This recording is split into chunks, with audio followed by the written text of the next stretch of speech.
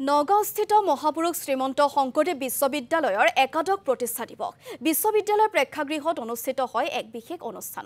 অনুষ্ঠানত উপস্থিত থাকে আচাৰ্য ভৱেন্দ্ৰনাথ ডেকা ভাৰপ্ৰাপ্ত পঞ্জীয়ক নয়নমণি শইকীয়া জ্যেষ্ঠ সাংবাদিক মৃণাল তালুকদাৰ শ্ৰীমন্ত শংকৰদেৱ কলাক্ষেত্ৰৰ সচিব সুদৰ্শন ঠাকুৰকে ধৰি বহু বিশিষ্ট ব্যক্তি আমি জাতিটোৱে সদায় এখন পাছ মানে পিছলে চাই ভাল পাওঁ সকলো সময়তে এইটো ভালেই কথা বেয়া কথা নহয়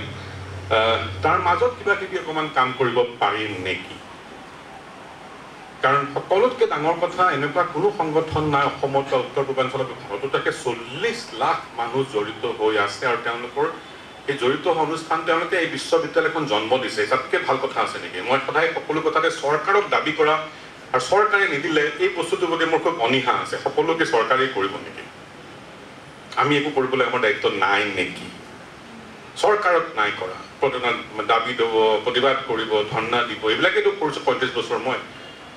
আৰু মানুহো দেখিছোঁ 35 বছৰে আহা ক'লে আজিকালি বুজি পাওঁ কাৰ কি কথা তেওঁলোকৰ চৰকাৰৰে কাম নেকি গতিকে এই ইউনিভাৰ্চিটিখন তেওঁলোকে নিজে কৰাৰ কাৰণে এইটো ইমান বেছি ভাল কথা দিছ ইজ দ্য ওৱান এই 40 লাখ মানুহক কেনেকৈ ইংৰাজীত কয় হাৰ্নেছ কৰাৰ এটা সুবিধা কেনেকৈ কৰিব পাৰি